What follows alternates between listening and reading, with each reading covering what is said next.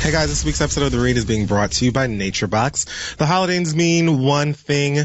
That means running around, driving yourself crazy, and yelling at your children if you were foolish enough to have some. There are presents you've got to wrap, and you got to make travel plans and all kinds of stuff for you to do, so you may not have as much time as usual to eat healthy. So let NatureBox take care of it. They've got over 100 delicious snacks that are made with high quality, simple ingredients. That means no artificial colors, flavors, or sweeteners, or hateration, or holleration. You know, right now you can get NatureBox, and they're offering 50% off of our listeners. Go to naturebox.com/theread. That's naturebox.com/theread for 50% off your first order. Now let's move on.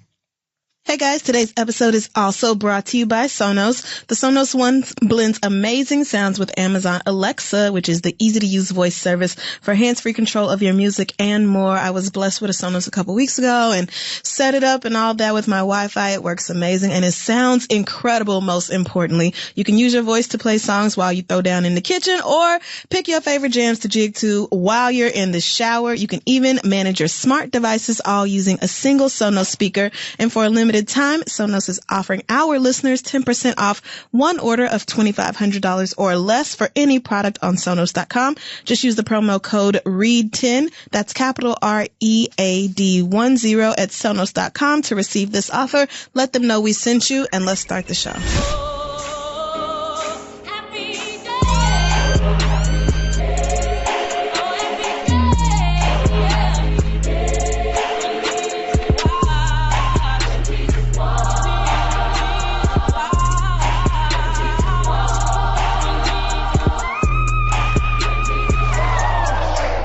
I don't know who you are, or where I know you from, or why you think that you're an attractive nurse. But I'm sure that I don't want to know you any longer. Now, please go away. I'm having a very bad day. No, I do not know it. And I'm not going to cheat like I would maybe ordinarily try to and Google it. I just don't know this. Okay, I'll give you another one. Who is Same film. Okay. Brother Reed, you have messed up my afro. That's the whole line? Okay. Who is Brother Reed? Is this a movie you're sure I've seen? I mean, you should have. Like, it's pretty great. Is Jennifer Lewis saying one of these lines? No. Damn. It's stood the test of time. It's still pretty great. I think it came out in 97. The Preacher's Wife? How do you like me now? The Preacher's Wife. I don't know. How do you like me now? I'm a dude. Throw an ice cream.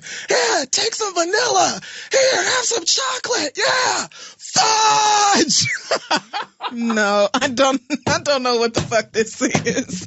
I don't know this. What movie is it? Brother Reed. Damn it. You're not going to tell me? You don't have to. The internet will. Okay, they got it. Oh, are you on your Instagram? Yeah, I'm going to turn it off. Well, I should have just been on your Instagram then. Shit. Find the answer. That's Good Burger. Good Burger. You had me thinking it was something religious. Why? Because I said Reed? Brother Reed. Yeah. Lots of people say brother. Oh. Niggas, hoteps. Okay, sure, fine. It's not always just like a... I absolutely did not see Good Burger, so... There we go. All my confusion has just lifted. You should be charged. Should I? Because I was good and grown when that came out, and it looked ridiculous. Please. Good Burger is still hilarious. It looked ridiculous. It is funny. I was old enough to remember when all that premiered, and I watched every episode till it went off the air. So Good Burger was... for a generation, not mine. Lies. No, I don't care what you say. Good Burger is still funny. It's on Netflix at the moment. Fine, I'll From like watch the it first at home. minute when you saw, what's that nigga name? Marcus Houston, where he came around the corner with them edges slicked down looking like Razonda Chili Thomas. See, I did not know Marcus Houston was in that movie. He played Keenan's like best friend or something. Oh, he came out looking like Lord. Jada Pinkett in The Matrix. It was awful. Well, you know, okay. Maybe I'll Anyway, look at that guys, on Netflix. I'm Kel Mitchell. And I am Tarana Burke. This is The Read, It back is. once again. Back for another week. What's been good? You know, just been out here working. True. Scratching, surviving. Mm-hmm. Shout out to New Orleans for your nice weather. We were there just a short while, but it was beautiful. I'm hoping I'm going to wake up one of these days and I'll have a notification that says, we've done it. He's out of the office. I know, right? It's taking really long. Anyway, guys. We'll be all right. All right. So Black excellence. Oh, do we have options? No, we don't have options. We're just trying to figure out who I was going to start with. I will start with, well, okay, since this one pertains to we should say the baby last week, her name was not precise. Yeah, it isn't. We really wanted it to be. We tried so hard. It was based off some movie, and I think they just switched out the first letter. Yeah. Is Troy a movie or a show? Well, I don't know. I'm pretty sure that's the one with Brad Pitt, right? There's a character named Briseis, I guess. And we could have, now we know where it's from and still don't know how to say it. So. Shout out to the baby with the six-pack, though.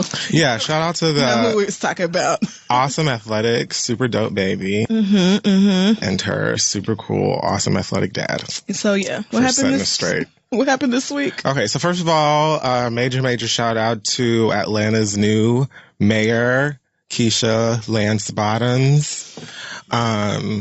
Just the sheer joy that I get out of saying Bottoms is running Atlanta. Yeah. I looked on Instagram one day, and on my Explore page, there was an ad for her that said Keisha Lance Bottoms for mayor. And I was like, yes, Keisha Lance, you better bottom for the mayor. Absolutely. Do that shit, girl. I mean, there's just no getting around it. I mean, she honestly has the most perfect last name to be mayor of Atlanta. It's wild that... all the cities.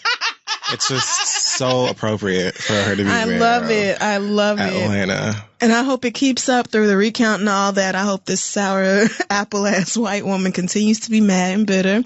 Full circle. Absolutely, yes. So also, shout out to the anchor woman, Sharon Reed. Yes. In Atlanta, who had to, she had to calmly, get these hoes together. Intellectually, beautifully, and almost nonchalantly. It was real smooth. It was very, It reminded me of when Demetria went off on that woman who was hating on her body. And she was just like, I want to clap back. And I could. It wouldn't be difficult. And I could do that. Wouldn't be hard at all. Just going to keep it cute. A woman by the name of Kathy Ray, I guess she left this comment on CBS 46 on their Facebook page. And basically, they were discussing the race for mayor and the racial dynamics of everything surrounding it. Because of course it is real. Of course it is. Duh. It's Atlanta, girl. I mean, whatever. It's America, girl. I mean, everybody else is standing up in it but racists. So the Kathy Ray woman left the following comment. She said, you need to be mind you, there are 3 anchors on this, that sit at this panel or in this newsroom. And this was directed to the black woman. Of course. She said, you need to be fired for the race baiting comment you made tonight. It's okay for blacks to discuss certain subjects, but not whites. Really, you are what I call a nigger, not a black person. First of all, I want to say, and I love that Sharon pointed out that although the nigger was censored when they put it up on their screen in the studio, she pointed out that this Kathy Ray woman spelt it incorrectly. Right. No, she definitely spelled it Niger. How you gonna misspell slurs that y'all came up with? All the time. Autocorrect does that to them, and I am grateful for it. But hey, man, I wish they had unstarted. Like she said, like, let's just go ahead and put it out there. Please. It's after 9:00, and y'all, look, we gonna pretend that grown people in Georgia don't know what nigga is? Come on now. Right. Really, you are what I call a nigger, not a black person. You are a racist nigger. That doesn't even make sense. You are, you can't, a racist nigger. That is how. You are what's wrong with the world. So essentially what Sharon did after they read this, it said to her that I could clap back at you, but I'm going to let your words speak for themselves. Beautiful. That you feel like you can call her a nigger in 2017 and she just does not. And the discussion that they had wasn't even like something super heated or crazy. She wasn't saying no off the wall, random, like literally talking about what the whole fucking city is talking about because there is a mayoral race going on. Like it is a newsworthy topic of conversation. We've been talking about it up here. White people are also, that was the video of Sharon being like, girl. Right. She was was ever so It much was so like, good. we're just going to do this, sweetheart, since you wanted your When her life. hands went up in that prayer position, Right. Tatiana did like a little gift set screenshot sort of thing of all the different places where Kathy had Sharon fucked up. And it was Right. everything. Okay, so before we move on, I wasn't sure if I was going to stick this part at the read portion. But let's keep it focused on what actually matters, and that's Black excellence and Colin Kaepernick receiving Yes. the Muhammad Ali Legacy Award, which is such a what a lofty title, right? Just My sounds goodness. super prestigious. The Legacy Award. Right. Well, shit. So apparently he was surprised with the presenter for the award being Sir Rumi and Blues Mama, coming out in a little mini dress.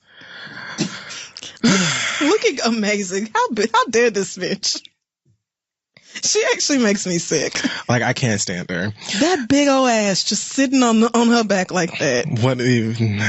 Anyways, so she, had a really well said short speech. He said really dope things in his speech about whether or not the NFL sees for him. He's going to continue to work for the people, which is what they're really mad about. Right. They don't care about whether or not he can play football. Not like, at all. that's not. Because if that was the case, they would have shut up all season long because he has not played or suited up in one game. I just haven't heard about him playing a So sport. that is not it. It's not really, and it never was. We know that, but you have to waste so much time arguing with racists using logic because the rest of us operate in it and they just don't. So Toenail Lie for Rent, apparently she still doesn't have a job, but feels it in her she heart. doesn't work for Fox? I don't know. I thought she did. Does she? I thought Fox picked her up, yeah. Did they? Now, I don't keep up with her, but I think they did. Yeah, she was dead to me. Well, and still is. So here's what her ghost said. It tweeted, police hating Beyonce presents police and America hating Cappy, which I'm certain that was less about her being condescending and more with her not knowing how to spell Kaepernick.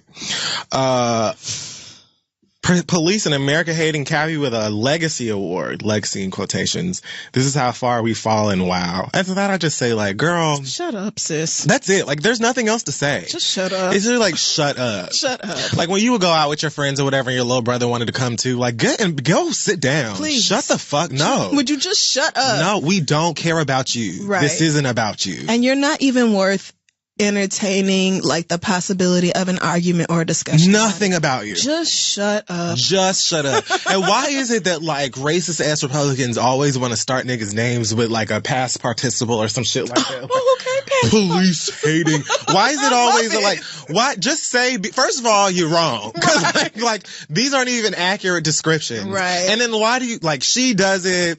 They all do 4 or it. 5 does it. They all do it. What is Bill that? O'Reilly does it. They all are like that. It's so boring. It's like their way of distinguishing. I'm only talking about this nigger because of the pro nigger things they do that I don't like. Exactly. And you wanted to frame it like we're against police when really the whole thing is about like, stop fucking killing us. It shouldn't even be a thing to argue about. But because y'all are so closely tied to your racist beliefs, you really will not let that shit go. And Fox gives her the platform, I guess, I'm assuming, to say whatever the fuck she wants to. So, but fuck that little girl. I have her blocked. That's probably why I don't. She said something funny one time about a bitch I can't stand, but other than that, I'll fuck with Tommy Lowry. Okay. And that's all there is to it. Even a broke clock is right twice a day. But that bitch... So today's being sponsored by this oh, it's gross. No, don't talk about it. Off. This ain't Ian's Punch. So you attempted to recreate Ian's Punch, but you didn't have the bitters to do so. He said to use, say the word for me. What type of bitters is it? Nah, I don't forgot. The Angostura? Angostura. I don't know. That how you say it? Anyway, I Googled it and it just means bitters from like this certain place in the islands, certain islands.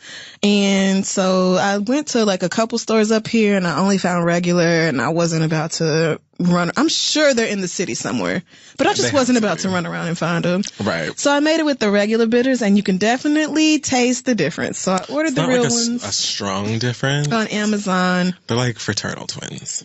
Yeah, but it's enough for me to be like, I want that Bayesian punch back. Maybe it's their water. It could be. And I didn't squeeze the lime juice by hand, and I probably should do that the next time. More than likely. Because I'm sure, he's probably not using real lime like I was. What was that green bottle called? Real lime, nigga. That's what it's called? Yeah, no, they don't use that shit. No. So next time I'm going to actually squeeze the limes by hand and use the Angostura. Y'all will correct me if I said that wrong. Bitters, but I wasn't going to throw this away because that was a whole damn bottle of Henny White that went in that. So we're going to drink it anyway. All right. So this week in Hot Tops and the Giant Peach. Okay. Oh, wow. What a book. James got sick trying to eat his way through that big ass peach. Oh, I should have done a James and the Giant Peach quote. There's actually a couple of gold ones in there. I'll save that for the future. That reminds me. I said I was going to start doing book quotes on this show. I can't believe I forgot about that. That's not even as fun or the same thing or whatever. Niggas there are so many more words in a book than there are in a movie.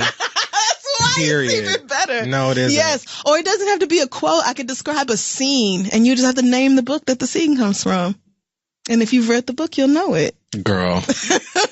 There are literally way more books than movies. I'm just saying. There are way more words. The nerds who only read and don't watch TV. We need to band together and rise up. All right. So I tried with the stories today. I'm sure you did a good job. I feel like, just overall, I haven't really found it in me to keep up with a lot of this stuff anymore. And a lot of this really isn't interesting. And I also kind of feel like a lot of these celebrities now are acting up just so that we'll do this. Well, I mean, not us specifically, but anyone. Like anybody. And I just feel like that makes it way less fun as well. True. But anyway, so let's see. Do you know who Vic Mensa is? Of course.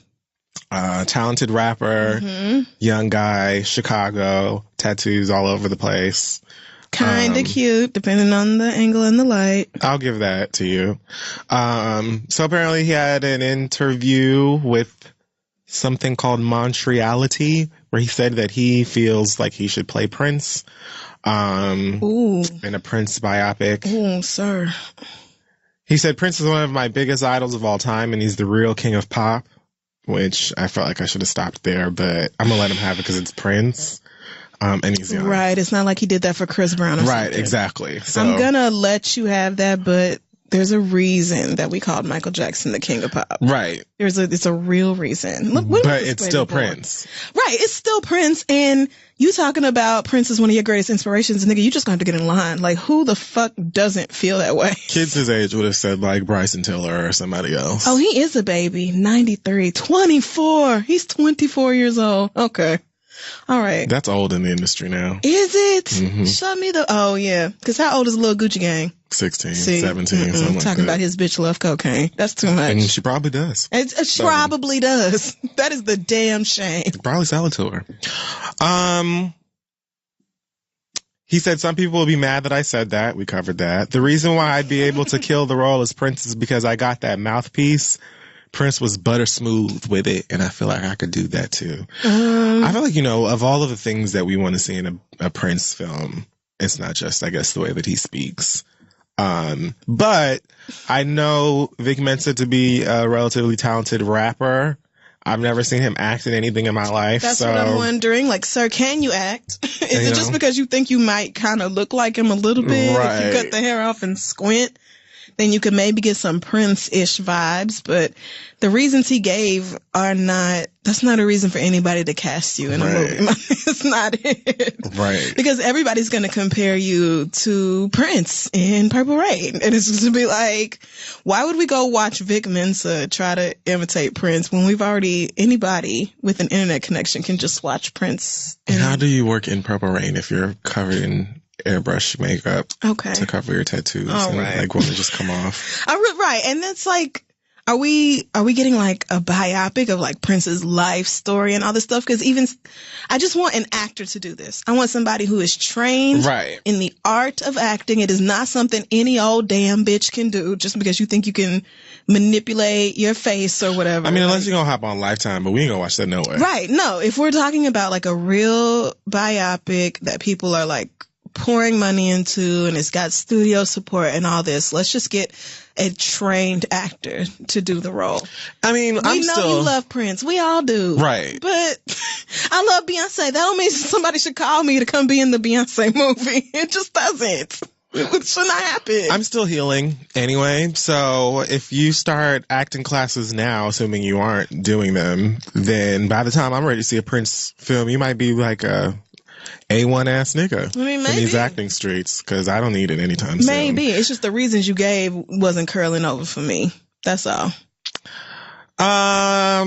Okay, so Trey Songz is apparently being sued after allegedly assaulting a fan. Oh, Lord. Outside of a strip club. So... What? A woman in Philadelphia says that she bought tickets for like a meet and greet in the VIP section of a strip club called the Vanity Grand Cabaret. Now, I'm confused already because, nigga... Who does meet and greets? You have a meet and greets at the strip club, nigga? I'm really confused by that. Who does meet and greets at the strip club? Other than strippers. Like, I feel like that's just a distracting environment to do something like that. Right. Like, it's just, is their ass all in the background while people are like, right. Taking their Instagram live pictures. Like, are people just posting boomerangs with titties and pussy just swinging up above their heads? Right. Like a shirt in a Petey Pablo video. Is it his strip club? Does he own it or something? I doubt it. Okay. Then I'm like really, Vanity Grand Cabaret. No, that sounds fancy. Yeah, way too fancy. What the hell happened? So, she says that in the parking lot, she was trying to take a picture of him and he smacked the phone out of her hand and it smacked her in the face.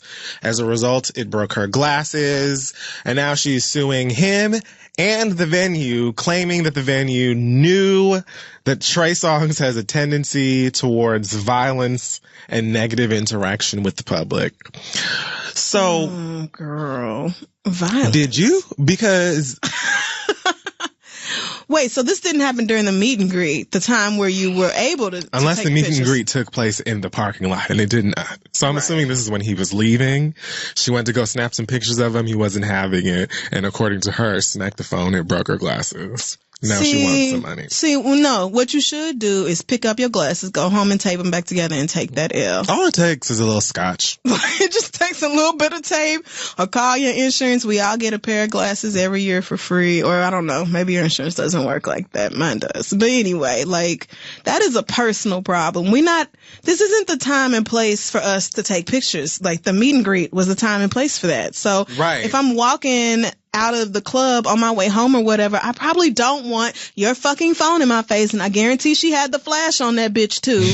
Probably trying to record something for Snapchat or Instagram to show your friends and shit. Like, just... That's what I'm saying. Like, how did you buy tickets to meet this guy in the VIP section of this club, but you had to take pictures of him outside? Right. I don't understand why that had to happen. Yeah. Didn't you already have your picture with Trey Songz? So why are you in his face again? If he swung at you or was violent towards you, obviously he shouldn't have been. That would be something else. But I would also probably flick your phone out your hands if you had it in my face and I didn't want to take pictures or didn't want to be photographed. I probably would. And y'all are real fucking selfish about that picture shit and really irrational about it and will just take pictures anyway, even when people tell you not to. And so I guess sometimes you just gonna have to be told a different way. Like I said, don't take no fucking pictures of me. And I meant it. I don't see what's difficult about Somebody did that to me in an airport once and it pissed me off so bad. literally came right up to me like, oh my God, love the show. This. Can I take a picture? I said, I really don't feel like taking pictures. You know, I'm raggedy. I'm in the airport running to my connection. Right. And nigga just pulled out the phone and took a picture anyway. Like, okay, thanks. Love you so much. Bye. And just went on about his business. And I'm like, but I feel like I just said no? And you just took it anyway? Why didn't you just take it without asking so we could just fight? Right. Like, why ask if you were just going to take it anyway and you didn't give a fuck about how I felt about it? dumbass. I have really felt for celebrities with that whole people having cameras in your face thing lately, because it just seems like if I ask you to not, then you should just not. Furthermore, if I'm at an event like this, weird titty meet and greet.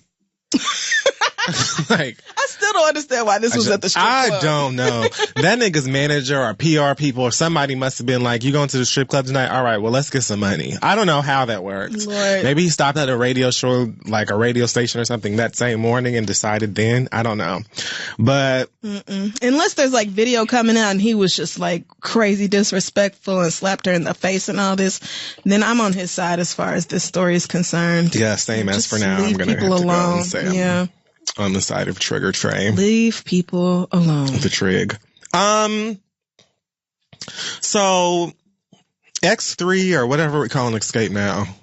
It isn't X3. X-3, 3X, triple X. Nope. That's not going to Google Escaped. very well. Left. Going. Okay. Let's just keep on. Like, let's just it move could be on. like Tony, but like No. Tamika could be going. Latasha could be going, like with no G. Okay. And then Tiny could be gone. Oh, I thought Tiny was going to be left. That's probably better. But with no T. This is all terrible. This is so bad. I mean, it just doesn't give me Escape, but anyway. I mean, it's because without Candy, it's not Escape. It just isn't. It isn't. It's But- the four of you. It's you four hoes in particular. And we could give Candy so much stress over her being pretty annoying in a couple of ways. Because she definitely is. She is. There's She a has lot of, annoying why moments. even agree to do this if you were just going to pout and drag your feet the whole time and not really want to be a part of it? Well, It's valid. Candy, Candy- like, you should have just said no if you didn't really want to participate. Candy very clearly enjoys money. Candy Can't be mad at also that. seems like the type of person who can be coaxed into doing certain things if you come at her right, and she's getting some money. Like, it just seemed like she was probably like, you know what, I don't even want to be the bitch who's going to shut this down. Let's go perform at Essence. Let's do some cute whatever stuff to her and get this money. And then it was like she gave them an inch and they wanted like a couple kilometer. Right. She was like, as far as this whole new I music told you thing bitches is, 1 inch. I still hate you bitches. Y'all hoes hate me except for Tiny. And I don't see it. Yeah. Like, it don't make no sense for us to do this again, for us to then, go through the same shit. Just watching the show, you could tell that Right. there's always tension. They haven't really fixed or hashed out anything. They're kind of just working. They're being as cordial as possible so that they can get paid. Right. Candy What does not. They need to have like a real, open, honest conversation where everybody is being real And about nobody's what interested. happened. No, they're not going to. Nobody's interested. That's way too hard. Right. It's too much emotional labor. So Candy does not really need to be an Escape, I guess. True. She's got her Bravo coins. Apparently, she really will be on Broadway. She'll be in Chicago. Singing music. Which apparently is the show they will just put everybody in. I saw Brandy in Chicago. But Brandy can sing. Yeah. That's Brandy different. Right. can sing. Brandy can sing. And Brandy also acts. Brandy does get booked to IMDb act. page. Yes, Brandy does Brandy get booked has for a acting filmography. gigs. Yes, she does. So, Cinderella. is what I'm saying. And I Know What You Did Last Summer, right? Still. She was in that. And that's fine. Those are good movies. Ooh, Charlotte Moon, Chevy Who the Moon. fuck is that? Miss Moon. What was that yeah. damn show on BT that got canceled? Shelly Moon. Shelly was Oh Eve. God, no! The stuff that show we gotta. Detective Moon. Wait, no. Zoe Moon. Zoe saves the world. No, that's Blackish. That's youngish. It's Moon. Zoe Moon. But what was Zoe. it called? Zoe Ever After. Zoe Ever After. Damn. Nigga, whatever. That show lasted 1 month. Wow. Was it really called Zoe Ever After? Google says first episode, January 5th, 2016. Final, February 16th, 2016.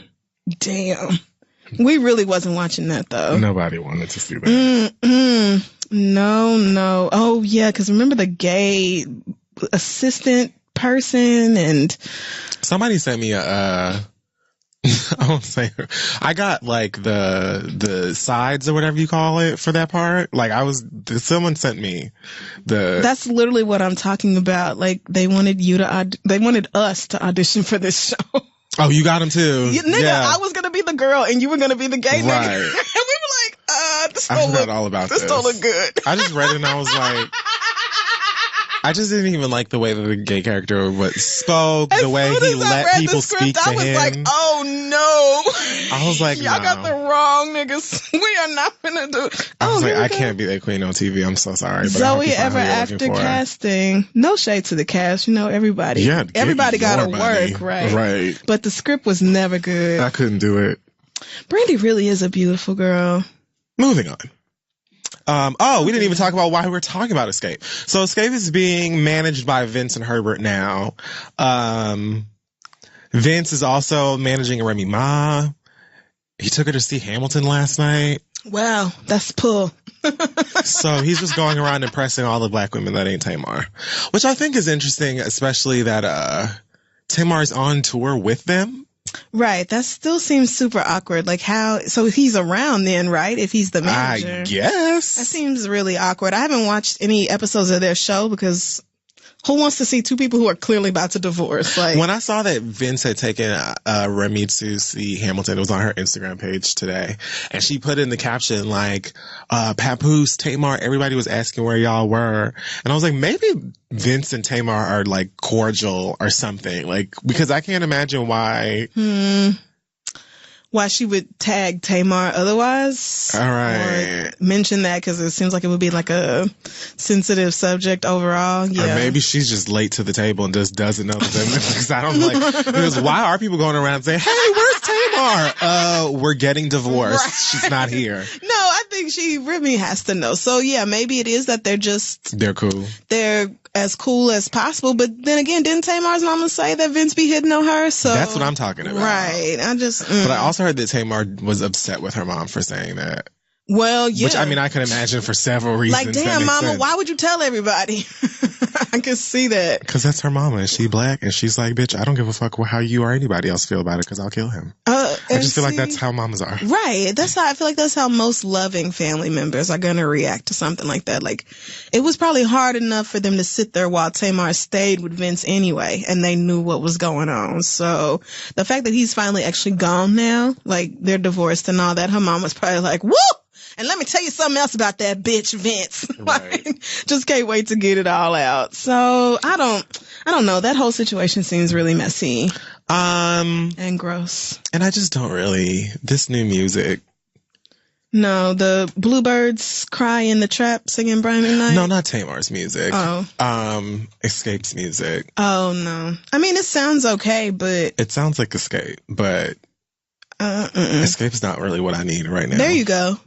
I'm feeling this. Escape. I'm feeling this scissor shit. You know, I like this wave of the young kids being depressed and smoking weed and talking about how all they do is eat gummy bears and wish they had a life. Like, you know, I'm really with that whole genre of music right now. I don't need the stuff from 20 years ago to reminisce on. Yeah, I just don't. I feel like there's a place and a way to make like that 90s sound that we all love for today, but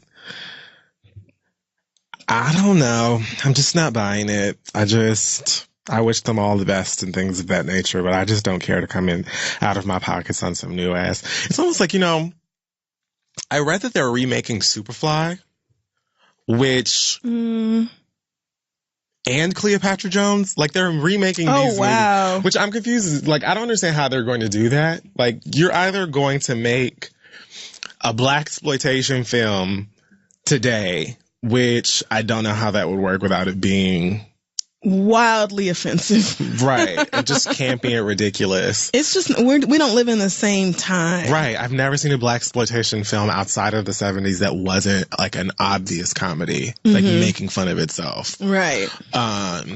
Or you're going to make like modern versions of it, which just defeats the purpose as well. It's like, then you just make any old ass nigga movie from, whatever. And like when they had Shaft with Samuel Jackson. You remember that?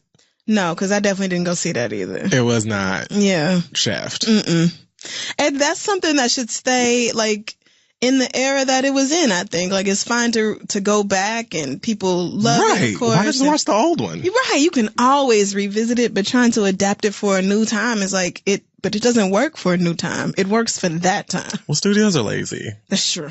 So they rather just like, oh, well, we had a hit 30 years ago. Right. So let's just do it again. What else is going on?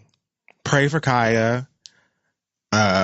She seems to think that she wrote The Baddest Bitch by Trina and says that the reason that she doesn't fuck with Trina or always talks about Trina is because Trina put out a diss record on her some years ago, which it wasn't even really like a direct diss.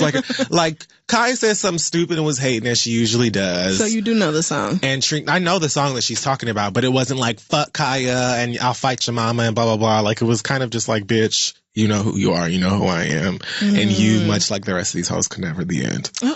And this was after like incessant bullshit from Kaya. I believe that. So she and T.S. Madison have like a show that they do together on YouTube that is actually pretty funny, although quite ridiculous and often super offensive, mostly because of Kaya. I was going to say, one guess as to who the problematic bitch is. Right. Madison is hilarious and funny, and she could really just sit there and make faces at Kaya's nonsense for the whole thing, and that was like the comedy. They could actually really brand the fuck out of that show and make some paper if Kaya would calm down, but she won't because she's bitter. Damn.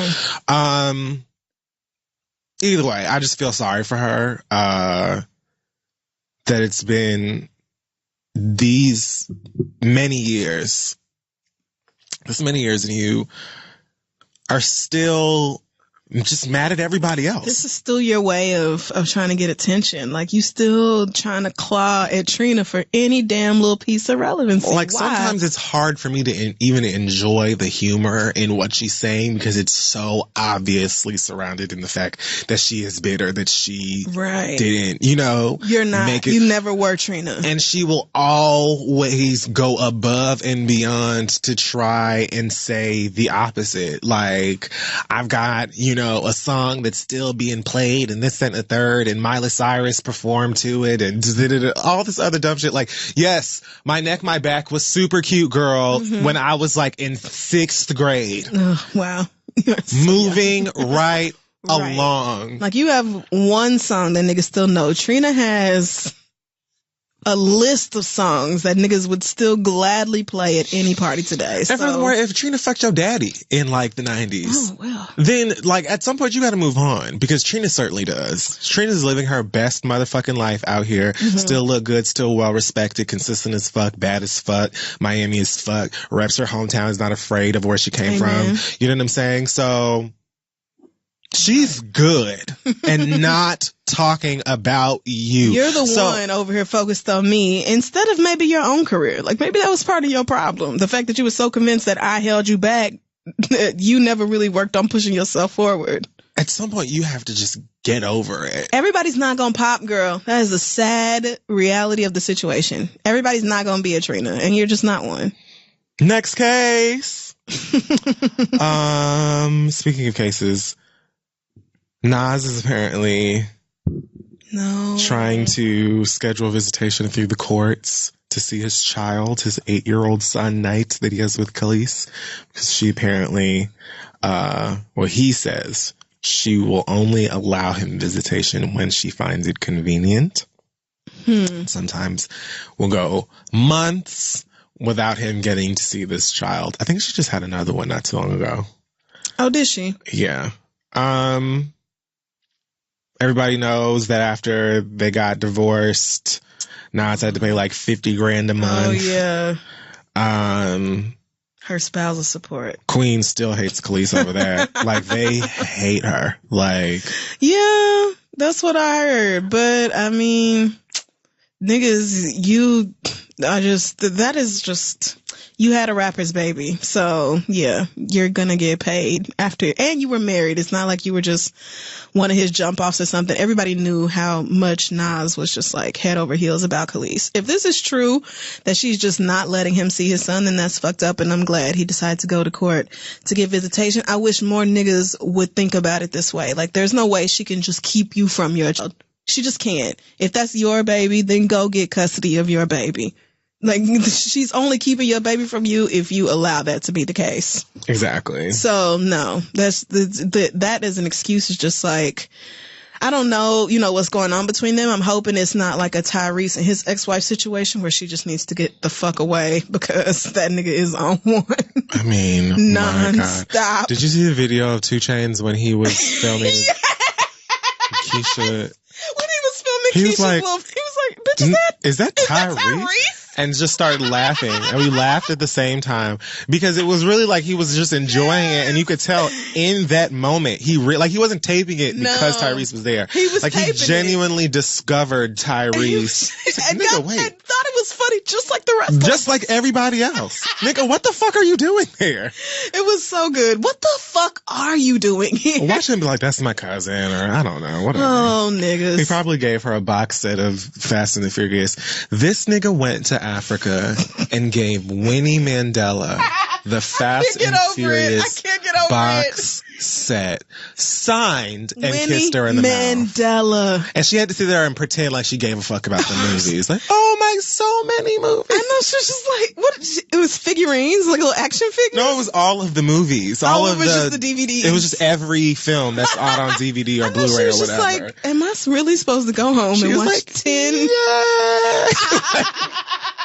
When somebody gets you a gift on Christmas, you don't want to hurt their feelings. That's how she acted. It's crazy that of all the things Tyrese has done and his own projects and music that he's put out, he gifted her with something else that was just like, you're barely a part of and not even the star. The family. You're not even, no, there isn't any Fast Family. It's a family.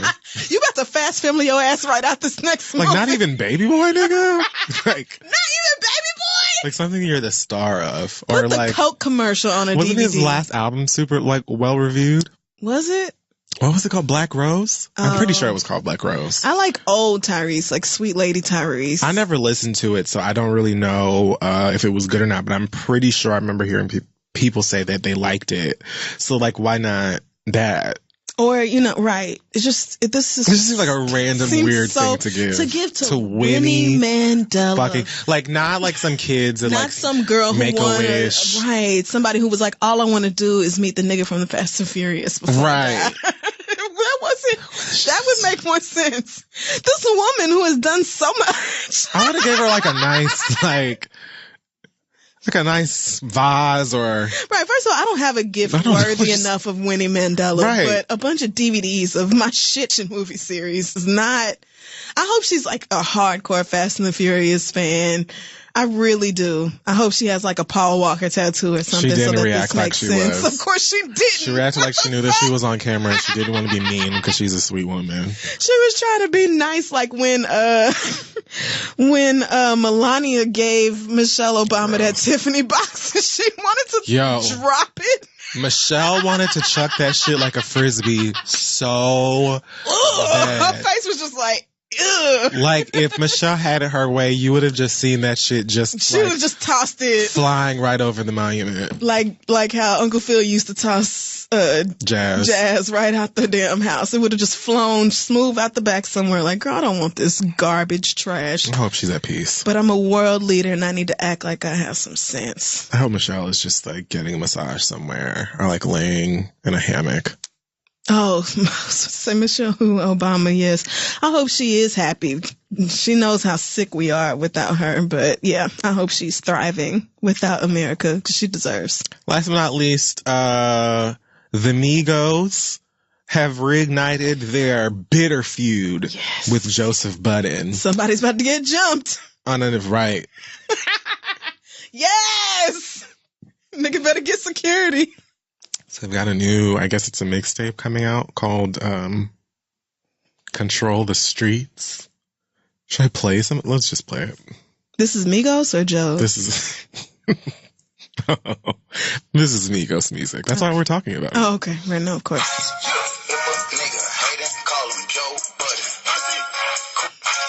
I haven't heard a lie yet. I like that line. The song overall sounds pretty boring to me, and typical repetitive Migos stuff. Mm-hmm. Also interesting to me that they're doing this now. I kind of forgot that I feel like they done beat up like at least 3 other rappers since the Joe Budden thing. Oh yeah, with academics. What was that, the BET Awards or something? Where was that at that they acted like that? I think yes. Everything is fuzzy. Yes. I want to say it was BET though, just because that one gif of that girl trying to see what was going on. I feel like she was in front of a BET step and repeat. So that gif came from that moment. Possibly. Something. But it is true that Joe Budden, what was it? If you want to act if a nigga hating, call him Joe Budden. I mean, pussy is the ad lib, so don't forget that. Oh, puss. Joe Budden responded by saying on Twitter, Quavo wants smoke. LOL. Soon as it's all peace, he decides to unleash this lyrical venom in my direction. That's crazy. Venom's a strong word. Venom means poison. He's being sarcastic. Oh, okay, great. Nigga called me pussy on the ad lib track. Laughing emoji. Then he tweets or tags Quavo and says, I'm your OG and you will respect me as such. No, that's not true. This is... Yeah. So, Joe... who's... Joe... This is dumb. Do Joe they even Budden, remember why they don't like each other? Right. Do you even remember? Also, when was this song recorded? Is it possible that they recorded this months ago and it's just now coming out? And it makes no difference to me because I wouldn't put it out. I mean, like, they don't care, I'm sure. Most of the Migos music is literally just something to bop to while you are high. Right. Or drunk, whatever. Exactly. It's not, nobody listens to Migos like, you know what, I really need some real deep lyrics to cleanse my soul and just make me feel refreshed and have me reflect on life. Like, there's a time and place for most different, like, varieties of rap or whatever. So that's not it. I just think that Joe Budden is giving himself a lot by calling himself anybody's OG, especially some niggas from Atlanta. Like, you might be some niche rapper in the tri-state area, in the suburbs of Jersey or something. You might be that nigga's daddy, but you are certainly not, just because you came out with a hit 15, 20 years before I did, does not make you nobody's OG, nigga. What? Like, you really giving yourself a lot. And it's not that he's not a talented rapper, but you're just honestly crediting yourself where you don't deserve it. That's all. They're just antagonizing each other, and I'm not 100% why. See, well, who gonna start shooting in? If that's how niggas really want to act? Because you talking about niggas want smoke. Smoke means something. Smoke don't. That's I don't not think that smoke really means much of anything anymore. Because, like, soccer moms say it at this point. Oh, what? Have white women figured out what somebody won't smoke means? Cardi B got white women using the B instead of C. Father and all God. kinds of stuff. So, like, no. Really, gang shit is dead. I'm kidding. But it might be. That's the thing. Like, gang shit is dead till you find the one nigga that still ride for that shit. White people are gentrifying gang culture. Oh, no. That won't work. And I'm not having it. Okay. Well, I'm never going to be on Joe Budden's side in any story. That seems fair. Like, it's probably never going to happen. And what they said about him was true. So, unless you're going to respond on a record, also, good luck finding a record for us to care about. But go ahead and do that. Remember when he tried to beef with Drake and Drake was like, nobody's even going to listen if you do respond or whatever it was. And it was true. It was like, nobody is going to listen. I don't even remember what he said. I remember that though. I remember that. Like, I remember the incident and the whole thing. I remember thinking that there was a possibility that Joe Budden was like seriously and legitimately in love with Drake. I still kind of feel like there was like another level of passion there. Yeah, it's not impossible. That we could explore, but probably won't get to, and that's fine. But maybe like the way OBJ feels for Drake. Like, maybe it's something like that. It's like a real love. Yeah, but OBJ gives me like first time like bottom. Dick sucking love. Oh, okay. Well, I wasn't gonna give him bottoming, but flip flopping. But if you think he's ready, if you think he's ready, yeah, maybe not for most people, but for Drake. Yeah, for Drake, you gotta. Going down in that grotto. For Drake, you're gonna go get the olive oil. Pile driving. And you're gonna. Okay. You know, like how they like what break a term. No, I know. We don't need to. the cement with that. Okay. Yes, the jackhammer. Yeah, Is he getting jackhammered? Something like that. Okay. In the grotto. Maybe not by Drake. Oh. Someone in the entourage. Just somebody in the OVO compound. Yeah, one of the other owls. I mean, perhaps. Who knows? Anything is possible. So, yeah, maybe Joe Budden's. I just don't care about Joe Budden. Like, he's garbage, trash human being. So, I'm always going to feel that way about him until he grows the fuck up. Well, that's just about it this week for Hot Tops and the Giant Peach. Let's take a break. I'm going to finish this punch and then we'll do letters. It's so nasty. It's really not bad. I can't wait to make it again with the real bitters because that was just... When I tasted it yesterday, it was like gasoline. It's got like a medicinal feel to it, but... The aftertaste is real umami-ish. A little bit. Anyway, let's take a break. Hey guys, support for today's podcast is coming from Casper Mattresses. Casper is a sleep brand that continues to revolutionize its line of products to create an exceptionally comfortable sleep experience one night at a time. With 3 mattress models, the original Casper, the Wave, and the Essential, Casper mattresses are perfectly designed to soothe and cradle your natural geometry. Not to mention, the breathable design helps you sleep cool and regulates your body temperature throughout the night. And I don't know about you, but that body temperature thing is so real important for me. So important. And it's all delivered right to your door in a small how do they do that sized box. Got to see it to believe it, with free shipping and returns in the US and Canada. But the best part is that you can be sure of your purchase with Casper's 100-night risk-free sleep on it trial. After all, you spend 1/3 of your life sleeping, so you should be comfortable. Ain't that the truth? Yes, it really is. I got my Casper mattress years ago. I want to say it was probably 2 years ago that I got that mattress. Right. And it did come in a box. I was like, bitch, are you sure there's a whole ass mattress in here? But it is. And you take it out, you get it all set up, and it really feels amazing. I know Asante was sleeping on it like, bitch, I cannot believe that this mattress is like a real thing that you ordered off the internet. It feels so good. It does keep you cool. And I don't know if that's like a northern thing or what, but I've noticed that in the wintertime I get so hot under like the covers and everything. So having a mattress that balances all that out is it's a weird thing to do. It is so clutch. You can start sleeping ahead of the curve with Casper and the Reed. Get $50 towards any mattress purchase by visiting casper.com/read and using code READ at checkout. That's CASPER.com/read. Offer code READ for $50 off your mattress purchase. Terms and conditions apply. So check them out. Let them know we sent you, and let's move on. Okay, so we're back, and it is now time for our listener letters. It is. Send your questions to ask3read@gmail.com. We have a couple of updates this week.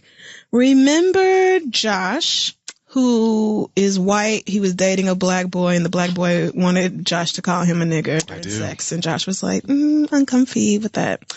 So Josh wrote back and said, when I heard my letter out loud on the read, I could not believe how much I let dick cloud my judgment.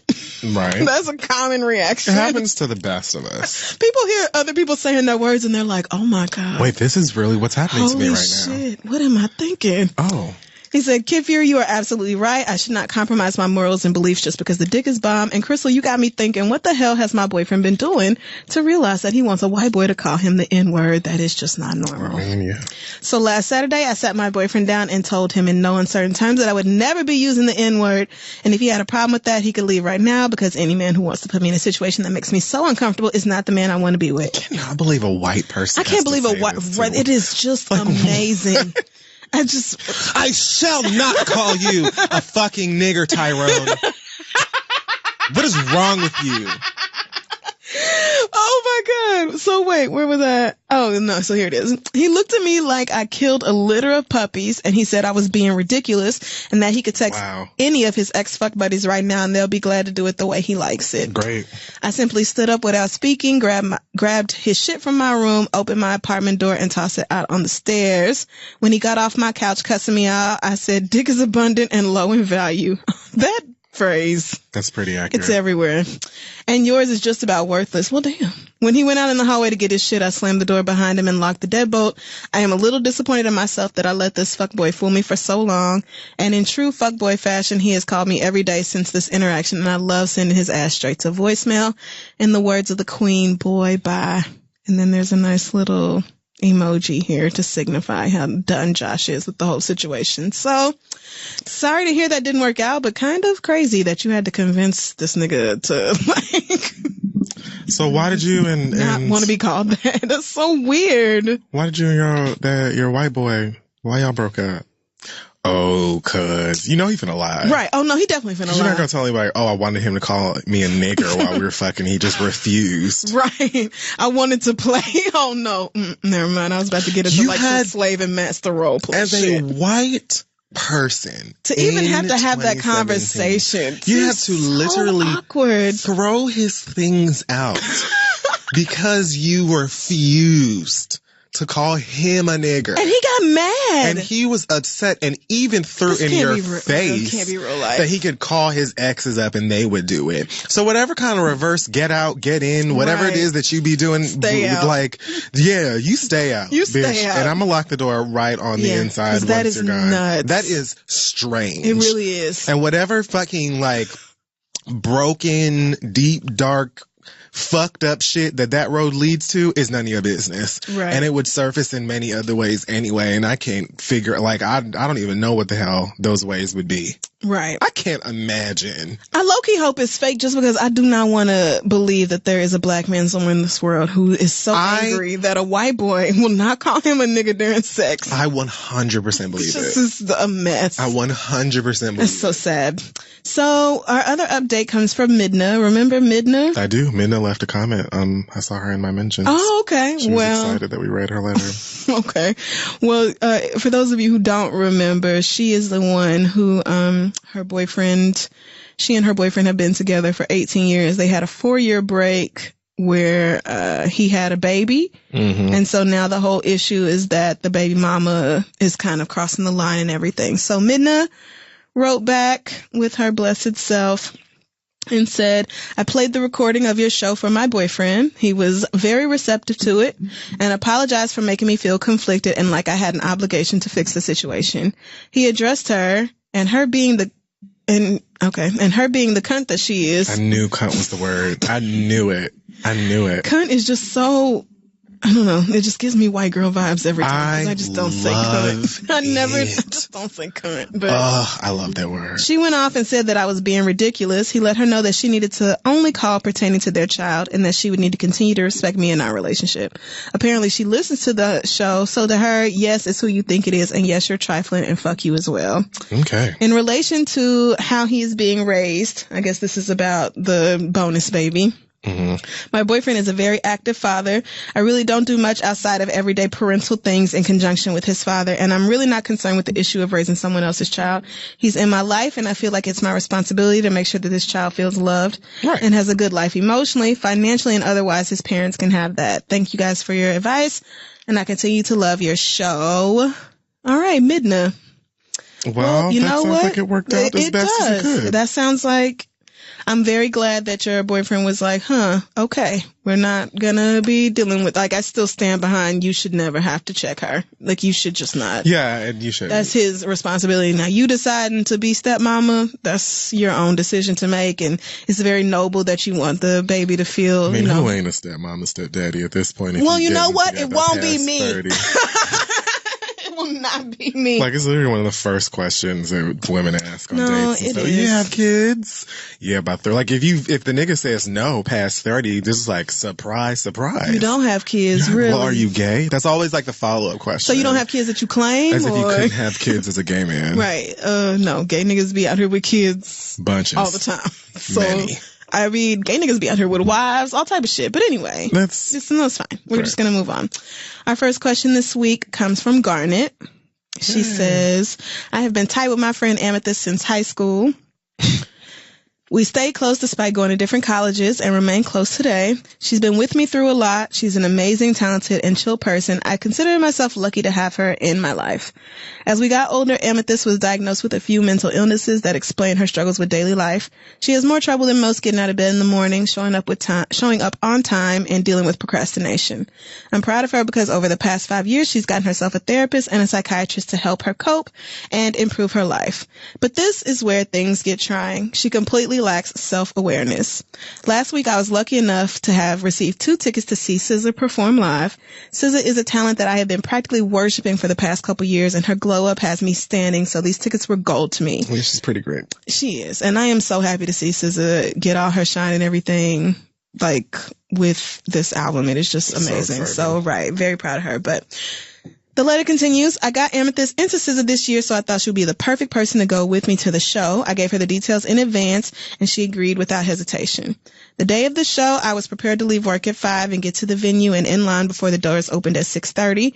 We planned to meet up beforehand because I got the tickets that day, but she texted me at 4:30 saying she was running behind at work, and since I'm the one who had the tickets, I was not too pressed to be a little behind on my type A schedule. By 6 o'clock, she said she couldn't make it to the show because she was still finishing up her daily workload, and at this point, I should have said fuck it and went to the show solo. But no, of course, that didn't happen. I sympathized with her situation and offered to wait up with her ticket at the very back of the crowd. While I'm online, it throws me off when people say online and they mean inline or whatever, because it's like online means something. Online to me means like going on the internet, right. But anyway. She texted me saying that she was on her way, so I stayed in my place at the back so she could easily find me. When she finally got to me at 8 o'clock, we were at the back of the line. I had the tickets, and I wasn't too picky about being far from the stage. I just wanted to be in the room to listen to SZA. Of course, the venue was overbooked, and after half an hour of waiting, I started to get nervous about not getting in at all. She laughed at my stress, which is a common occurrence. We got halfway down the line, and then she turns and looks to me and says, I'm going home. I have to go to work in the morning. Sorry, girl. And she left me in the pouring rain. So what she's telling me here is that I'm going to end up at this show alone anyway. I could have been in the venue already if I went to work at 5 and stayed in line like I originally planned. So of course now the venue is at max capacity and I'm standing close enough to hear Love Galore at 9:30 by myself in the rain. This is not the first time she has fucked me over. I put in a good word with my boss and got her an interview for an almost guaranteed position, but then she called me panicking and said she couldn't commit to it. Damn. Yeah. Anyway, Amethyst neglected to go to the doctor for an infection before our trip to Europe, which landed her in an Italian hospital for a quarter of the trip, where I stayed by her bedside to help her communicate with nurses and doctors. I understand this because she has anxiety about doctors, so it isn't shocking that she didn't treat it before the trip.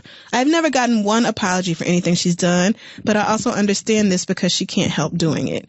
There are countless other times when she accidentally ditched me because she forgot we were linking up. Knowing this, I spent a whole weekend perfecting her resume, writing cover letters, applying to jobs for her, and everything so that she can get a job without getting overwhelmed. I love Amethyst and will do anything for her and make sure she's comfortable in any situation, but missing SZA really broke me. At this point, I'm beyond fed up, and I don't know if this is ableist. I don't know if this is ableist because I know she can't help it, or foolish because I've accepted this one-way friendship for so long. I don't know how to talk to her about this or where to start building my boundaries, but something has to change. Please help, Garnet. I'm not going to define anything as ableist or not, because I think I just figured out what that was like 3-4 years ago. I don't think it's ableist. I don't know. I'm going to say, I don't know. But I don't think that's the problem here. Yeah. No, it isn't. So no, I don't. That line actually threw me off. Ableism is not that's not something that occurred to me at all during the reading of this email. Me neither. It was more like, okay, your friend has issues, fine, like mental health struggles and all that. But just because you are struggling with your mental health does not mean you can just do whatever the fuck you want to and there are no consequences to the actions or anything like that. Like, you still have to be responsible for the things you do while you're going through whatever it is you're going through. So what I'm saying is that you're not wrong to want an apology. that's it. Like, if she is being inconsiderate and has repeatedly caused you to embarrass yourself at work, like you tried to get her hooked up with the job and all that, she made you miss out on part of the vacation because she didn't want to go to the doctor beforehand, and now you have to stay in the hospital with her, and now you done missed out on seeing your fave because she was so wishy-washy and then ditched you anyway and all that. Like, you deserve an apology for those situations or for being put out in that way. And if she can't come back afterwards or at some point and be like, hey, you know, I really fucked you over in that situation. You know, my bad. I didn't mean to do that, girl. I'm trying to do better, but a bitch be out here fucking up. Then that would be something else. But she just kind of seems to be very fuckless about it all. Like, oh, well, this is just who I am. Well, she lacks self-awareness. So I guess Garnet is trying to say that she doesn't. Well, you're going to have to hold up the mirror, I think. I think you're going to have to show her the awareness. I think you might. I think that you're going to have to, like, have a conversation with her in a way. I think a lot of people kind of don't give themselves enough credit for being able to speak to people about maybe a touchy subject or something, you know, with tension. Even though I feel like most of us are equipped to have a fair, calm, reasonable conversation. Right. Like, you don't need to go into, I think as long as you're going into a talk with her using, you know, a certain amount of empathy and honesty and care, then yeah, you should be able to at the very least get an apology while also making it clear that you care about her and whatever it is she's going through with her mental health, and that you in no way are like blaming her illness for whatever is going on. Like, you just kind of want to have an understanding or at least be able to get closure from the situations that you feel like were spoiled for you. And then you got to ask yourself what you would be willing to involve her in and what you wouldn't going forward, just based on the way that she may handle it. You know what I'm saying? Like, you probably never go and invite her ass to a concert again. Right. You know, and a couple of other things. Probably not going to do that. And that's fine. Not going on vacation with her no more. Not going to try to get her a job again. So, you know, your relationship, though, the times and places and ways that you spend time together are going to kind of have to be decided with that shit in mind. But I don't think that it's something that you need to hold on to or like build any sort of animosity or grudge or resentment towards her because you don't make an effort to actually heal from it or move past it. You should be able to talk to her about it and say, like, I know everything that's going on and you've got all this other stuff going on, or this may be this, blah, blah, blah, blah, but this really hurt me or this really made me sad. Right. And I just really want you to understand that for the sake of like our friendship and us having a healthy relationship and stuff like that. Because it's like, I've noticed as I've gotten older and as time goes on, like, it's just, I guess, a regular thing for people to not be confrontational with their friends and family. Mm-hmm. Like, niggas really be going like decades and decades people and decades. People don't want to have hard shit conversations on there. I don't mind it. Like, I won't do it I won't do it at the time. A lot of times, like, I may just sit back and just be like, I'm not saying nothing to nobody right now because everybody could get lit up, and that's not great for anybody. So I'm gonna sit here and I'm gonna shut up and I'm gonna take my time. But I cannot, like, I would not be able to go on like hanging out with this girl again or doing this or whatever and knowing like the next time I see you, the next time I speak to you, the first thing I'm thinking about is SZA. Like, period. And every time after that until we talk about it. So we might as well, I don't have to be a bitch to you. I'm gonna let myself cool down or whatever, and then when I got something to say, I'm gonna say it. That's what friendship is about. And you should still be able to have those doors of communication be open, regardless of her, you know, struggling with, like, if her mental illness just prevents her from having conversations or being, like, comprehending certain things. It can't prevent you from apologizing when you see that you've hurt somebody's feelings. Well, it does not sound like that's the case for her specifically at all. Like I'm assuming that although she says she lacks self-awareness or whatever, that she has a basic understanding of what right, you have wrong, to see how your actions affect the people around you. That's what I'm saying. And even if she doesn't, then you can hip her to game. Right. You know what I'm saying? You can be like, hey girl, let me put you up on something real quick. This is what's going on through my head and stuff like that. How do you feel? Because I can't really tell you much about how to move forward in this friendship if y'all don't talk about it. You have to be able to talk about it. You absolutely, like, it has to be something that the two of you have an open and honest dialogue about, because it is unfair to expect you to just continue to take these lumps and you just don't ever say anything about it. But on the chance that, because I don't struggle with whatever mental illness your friend struggles with, so on the chance that, you know, it's possible that she is doing these things and not aware of the impact they have, you might have to just kind of, you know, take a deep breath and gather up your courage and be like, hey girl, I'm gonna say something that you might not like or might be uncomfortable, but it's a real thing. And as somebody who is your friend and would like to remain your friend, you know, we have to discuss it. Like, it just has to be talked about. You can't have a real friendship with somebody if you're not willing to tell them, hey, this XYZ that you did hurt my feelings.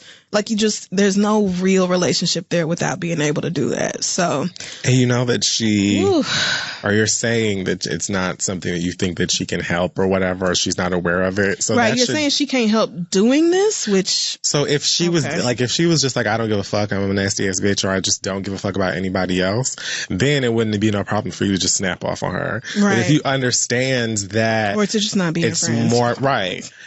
If you understand that it's more complicated than that, I think that should give you a bit more ease into having like just a calm, respectful, understanding conversation. And if you need to take time before you get there, then that's more than understandable, and you can do that as well. Like, nobody should make you feel like you have to rush into having that conversation, but you should do it. Right. You're the one who gave like multiple examples of her doing this sort of thing, and it doesn't seem like she's going to stop of her own volition. Like, so maybe she just really is not aware of how much it upsets you to constantly have to kind of just go behind her and clean things up or whatever, however you want to call it. So, yeah. If you don't make someone aware that they're hurting you, there's no way for them to stop. Like, they can't.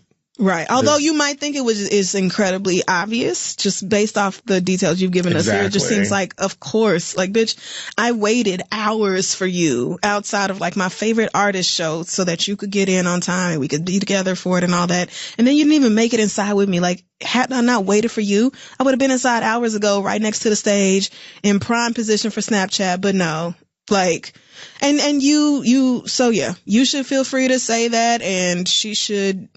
I don't think you can have a friendship with somebody who can't apologize when they do you wrong. When they sincerely, genuinely do you wrong and are incapable of apologizing, I don't know that a friendship like that should work out, but I also don't think mental illness should keep you from apologizing when you hurt somebody's feelings. So good luck to the both of you, because it sounds a little complicated. Hope it works out. Our next question comes from Miss Kit, who says, the reason I'm writing you guys is because last week Crystal mentioned situationships, and I am currently in the best situationship I've ever had. Mm-hmm. We are, don't do this. We are really great friends and we have a routine. I come over, we smoke, we drink. We are both into metaphysics, so the convo is always deep. Oh God. I'm a Capricorn. He's a Taurus. I don't know what those mean. Me neither. His house is soothing. We both love film, so we're always watching something together. And somewhere in there would be a little pleasure. Ideal, right? We also hang out in the same circle, but when we're out, there's no policing. I don't monitor any girls he brings around, although he seemed a little jealous once with my little dip. But for the most part, we are open and free. So here comes the but. I want a partnership. Not with him. He is great, but it's understood what it is, and I honestly don't want anything else from him. I enjoy his company, and he enjoys mine, but I want a partnership built on more than a good time. I believe that what you do, say, and feel will be brought into your life. So with that being said, I attempted to take a month-long break from my routine to get some clarity. I knew I had this desire for a life partnership, but I'm not sure if I'm blocking it from coming in by keeping the situationship going with him. Unfortunately, the only clarity I got is that I need a little dick every now and then, and I barely made it 3 weeks. So my question is, girl, Do you guys think having a situationship is sending mixed signals of what I really want, or should I just keep enjoying what he and I have and relax? I just don't want to walk into 2018 with anything that doesn't serve me and my desires. Thank you for keeping my life going every Thursday. Love, Miss Kit. Y'all be overthinking shit. Yeah, you really do. This feels like one of those, if I have a situationship, then what I'm putting out to the universe is my desire for a bunch of flings and la da da da da. And I don't think I think all you're doing by having a situationship is putting out in the universe that you like having dick. I don't understand what else there is. Yeah, I don't think it's saying, all like, I ever want is casual relationships. On Instagram Live saying, hey guys, this is Taurus. We are in a situationship together. This is the way I choose to live my life and no other way. Like, I don't like, if you're simply getting dick down by somebody that you enjoy getting dick from whenever you want to go and get it, how is that preventing you from meeting somebody else and establishing a partnership? Mm-hmm. Like, what would happen is if you do meet someone and you feel like I could see it going somewhere with that and it starts to get serious, then maybe you're gonna have to stop getting that dick from over there or wean off. Wean. But you are so dumb. Like a little gradual letting up of the dick. Yeah. You're almost a lesbian. Like all of this like emotion. Yeah, this is a lot of thought. I'm getting really great dick and it's just like super like awesome and nothing wrong with it and like the house feels like an Erykah Badu album and we just have fun. But like, is it too much? Like, am I telling the universe the wrong thing? No, girl, you're getting fucked. Yeah. That's more than many of us could say. So just enjoy it. Bitch. Right, bitch, just enjoy it. And go on dates when you're not getting fucked. The fact that you have an option, right. But what you should not do is let the situationship take up so much of your focus that you're not going out with anybody else or going out ever. Because then you are playing yourself by spending all your time with somebody that you don't even really see a future with. Like, this nigga, this is the type of nigga you text between 9 p.m. and 2 a.m. and all that. Like, you have to keep him to his shift of the day and know exactly what his role is. You come over, dick me down, I go home. Like, that's that. You shouldn't be going on dates and shit with this nigga like that. I feel like that's where maybe your actions are not lining up with your goals. But I think straight women face so much pressure to be partnered, or like all your life you're told, you know, that you just really ain't nothing without a husband or whatever. Like, that's the message you get over and over, that y'all start feeling like you can't even have dick on the side without blocking your marital like you're doing blessings. The wrong thing. Right. Like getting dick when you should be super chaste. Lord, right. Like, girl, you don't have to put a husband on your vision board and chant and dedicate your vagina to the never-ending path of seeking out a life mate. Like, let me tell you, I don't want a partnership, so I can't help you with that part. I can't help you with that, wanting like a life partner. But you're not gonna, you fucking a nigga now is not gonna stop a husband from coming your way. And it would be nothing for this nigga to come to you at some point and be like, so, I met somebody and blah, blah, blah. So we got to stop this. And that's if he stops fucking you.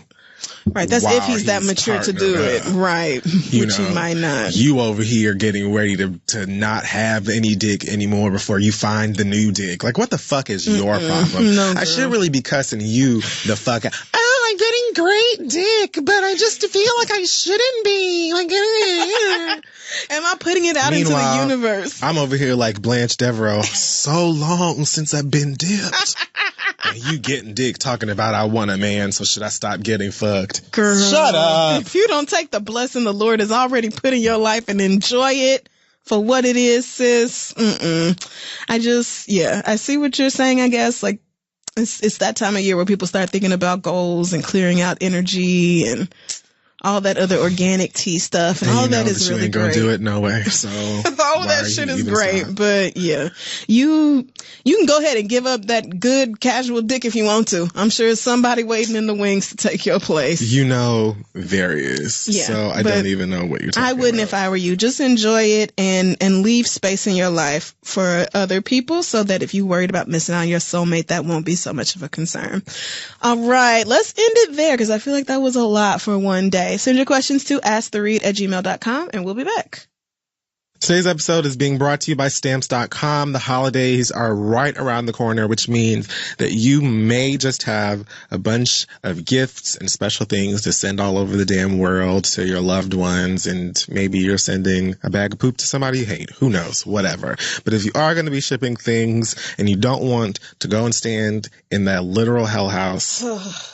It's not a literal, but that you know line what is I'm so saying. bad. That line is hellish. Nobody wants to go to the post office. It's the worst place on earth. So use Stamps.com. Here's why. They bring all the service of the U.S. Postal Service right to your fingertips. You can buy and print official U.S. postage for any letter, any package, any class of mail using your own computer and printer. Then the mailman picks it up.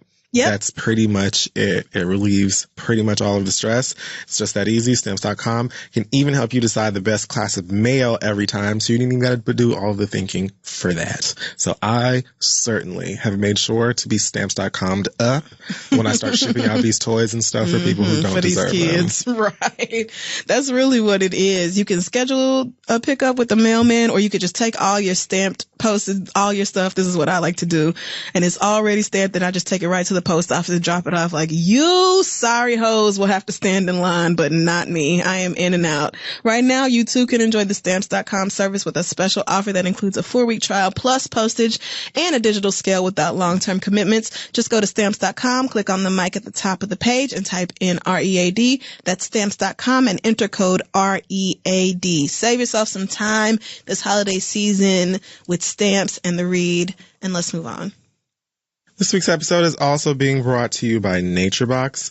The holidays aren't always a holiday. You've got things to do, people to shop for, and cheer to spread. You've got to keep your body fueled for all of the festivities and running around at the last minute, elbowing other moms in their faces. Okay, so if you need something tasty but healthy, go to NatureBox. We've got over 100 delicious snacks, including the ever-famous sriracha roasted cashews, which I still haven't gotten enough of. But I've also been put on some new things, snickerdoodle flavored and all kinds of stuff. Delicious. And I don't have to worry about artificial colors, flavors, sweeteners, or Swifts, because they don't put any of that garbage in there. That's right. It's easy. Just go to naturebox.com, choose your snacks, and NatureBox will deliver them right to your door. New snacks are added every single month. Trust and believe it. They're inspired by new food trends, professional chefs, and customer feedback. I mean, it doesn't get any better than that. It's the winter time, so stock up and make sure that you're snacking on something good. Right. We've been telling y'all about NatureBox for so long now, and they are still just committed to giving you guys the highest quality snacks, and there's no risk. If you don't like a snack, NatureBox will replace it for free. Right now, they're offering our listeners 50% off your first order when you go to naturebox.com/theread. That's naturebox.com/theread for 50% off your first order. 'Tis the season to eat a lot, so, just let NatureBox help you to not make all of that junk. That's naturebox.com/theread for 50% off your first order. Let them know we sent you, and let's wrap up the show. Okay, so we're back, and it is time for the read. It is. Okay, so I will just get mine out of the way because I think it should be fast, but... Yeah, mine is also not fast, or not slow. Not long. So first of all, this isn't really a read, but I just want to say maybe it's like a self-read. Like self-evaluation. I don't know. Okay. I am tired. A haiku. No. I was really about to sit here and count your syllables like, yes, no, haikus, really we're doing that? Oh, okay. No, but I really am tired as fuck, and I have been kind of beating myself up for it for a couple of months. Because I know that there's more that I could be doing, and I take my work very seriously, and I think that I know that I'm like my worst critic. I've got a lot on the table right now, a lot of stuff to come, a lot of stuff every single day, as do you and many other people. I think I've said on here before, like, I don't remember how I worded it, but I've definitely said that, like, I look at people like a Beyonce and her work ethic, and I've always looked at, like, people like Puffy talking about, I'll sleep when I'm dead, and all of these things. I feel like in those moments where I get kind of complacent or I just don't feel like doing anything today or whatever, like, I will like shit on myself. I should have worded that differently, but I will like, I'll beat myself up for feeling like so exhausted and lacking motivation and shit like that, and feeling like I'm horrible for not, you know, making whatever sort of efforts for that day. I don't know if I mentioned this before, but my dad used to say all of the time, if you get in bed at the end of the day and you can't think of like a single like super productive thing that you did that day, you wasted it. He used to say this all of the time. And so I've always like analyzed what I'm doing and where I'm at. And sometimes I just get really, like my depression will kick in because I feel like there's so much more that I could be doing. I could have written more today. I could have cleaned out my closet today, but I didn't. I could have, you know, worked out an extra hour or whatever, like whatever stuff. But I've decided recently, or I've acknowledged recently, that I actually have done a lot this year. I think sometimes we get so wrapped up in like what we're not doing that we don't take the time to highlight and appreciate what we actually have done. Like, I've been on a million planes this year. I have flown around the literal world. I've been up on stages in front of hundreds of motherfucking people. I've written all kinds of fucking jokes. I've had to go here and there and every motherfucker where you come here every single fucking week. Like, I don't hate it. I love it. I appreciate it. I definitely don't take it for granted, but I don't have a problem admitting that it's hard fucking work. And I think that it's okay for me to make peace with being tired as fuck. Like, I feel like any normal person at this point in the year, after everything that I've gone through and everything that I've been doing this year, should be able to be like, you know what, bitch, I'm tired and I actually don't want to hear it right now. Like, check with me when the year ends in an 8. Like, we're a couple of years or a couple of weeks out. Like, as of right now, we're still here with a 7. So when the year ends in 8, then come talk to me. Otherwise, right now, I'm going to lay my ass down when I'm not in here on Wednesday. I'm going to catch up on some anime. I'm going to watch a bunch of funny movies. I'm going to eat snacks and do my regular, like, a little routine. And I'm still absolutely, like, working on, like, a million things. But I'm doing so with peace of mind when I decide, like, I want to take a break. Or I'm too tired to think today. Or what the fuck am I doing with my life? I'm like, bitch, look at all of the shit that you did with your life this year. And already talking about a bunch of shit that you're going to be doing with your life next year. Bitch, you could be tired. Anybody would be. So that is for me. Moving forward. I was going to say, why do you feel like you can't be? You have done a lot this year. Like, all of it's just how I am. Oh. Like, I'm just like, you don't deserve to just sit down somewhere and take a break and not be pushing yourself nonstop? I am, like, the worst to me. I am awful to myself. Like, yeah, no, I'm not kind to me. Like, do you mean like the way you treat yourself? Because I'm a bitch to me. Yeah, the way that I treat myself, the way that I think about myself, the way that I like view like my behavior or the decisions that I make, I put myself in this place where I just feel like I could be working all day long. I could have gone to the gym and done 500 cleans and like I could like bust my ass and literally be like physically broken and go home and then be like, you lazy bitch. You ain't never gonna be shit because you didn't, you know, run down to the grocery store and go get that bottle of, like, whatever, you know what I'm saying? Like, too rough on yourself. Yes. Like, basic shit. If not, I couldn't possibly be doing nothing. You know what I'm saying? I have money to pay my bills. I have an apartment that I like. Link ain't dead. You know? So, like... Right. The things that matter. I'm clearly doing something. Mm-hmm. And I was actually my therapist the other day. I said something like, I don't remember what I said, some self-destructive shit about being exhausted and feeling like shit about it. And she was like, well, we've been talking for well over this year. Yeah. And you always doing something. You're always somewhere. Your bag is like, one of the things she would tell me all the time is to just keep a packed bag because you're never right. You know what I'm saying? You're never here. Yeah, with the solo tour and everything, you were gone all year long. Have people like see if they can schedule like a car to come and pick you up so you don't have to think about when you're going to get an Uber or whatever. Like, you're always doing something. And I could be doing more. Like I've said, I'm definitely not at the Beyonce level of doing things. Maybe no human being but Beyonce, if she's human, can do that. But man, I do a lot. I'm proud of what I've done and I'm excited to do more, but I'm okay with saying, bitch, I'm tired as fuck. And everybody's going to have to deal with me being tired as fuck right now until I ain't tired no more. Within reason. That is that. Past that, and this is simply petty. If I am in your town, no. Is that weird? No. Okay. We aren't. All right. As I've just said, I've done a lot of traveling for work this year. Most of it for work, and most of it I would only be out of town for 2-3 days at most. If I'm in your town, please do not send me no messages talking about, oh, so you was just gonna come to such and such and not say nothing to nobody? Cut it out. Like, yes, I was. I actually was fully going to do that. Like, yes, I was.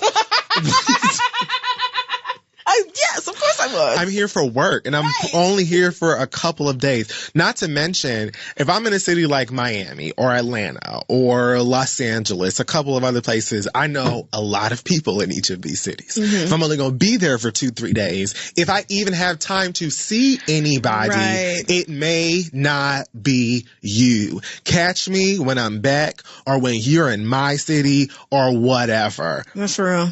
Or you could, when you see me there, say, oh, I see that you're in town. Like, what are you doing? Are you going to have time? Let's go get drinks. Something like that. At least you're acknowledging, like, I see you here. If you have it in your schedule, if you can make time for me, let's get up. I have no problem with that, and I will probably respond to that. But you trying to be, I don't care if you're trying to be cute or funny or not. I just find it annoying when I'm in a town for, like, maybe 36 hours or some shit like that, and bitches want to be like, oh, so you weren't going to tell anybody that you were here? I didn't even have time to like go to the bathroom. Right. Like, I got off the plane, put my shit down, got on stage, and then they were like, my app said it's time for you to check in. I mean, and y'all knew I was here. Like, you saw me coming, so why did it have to be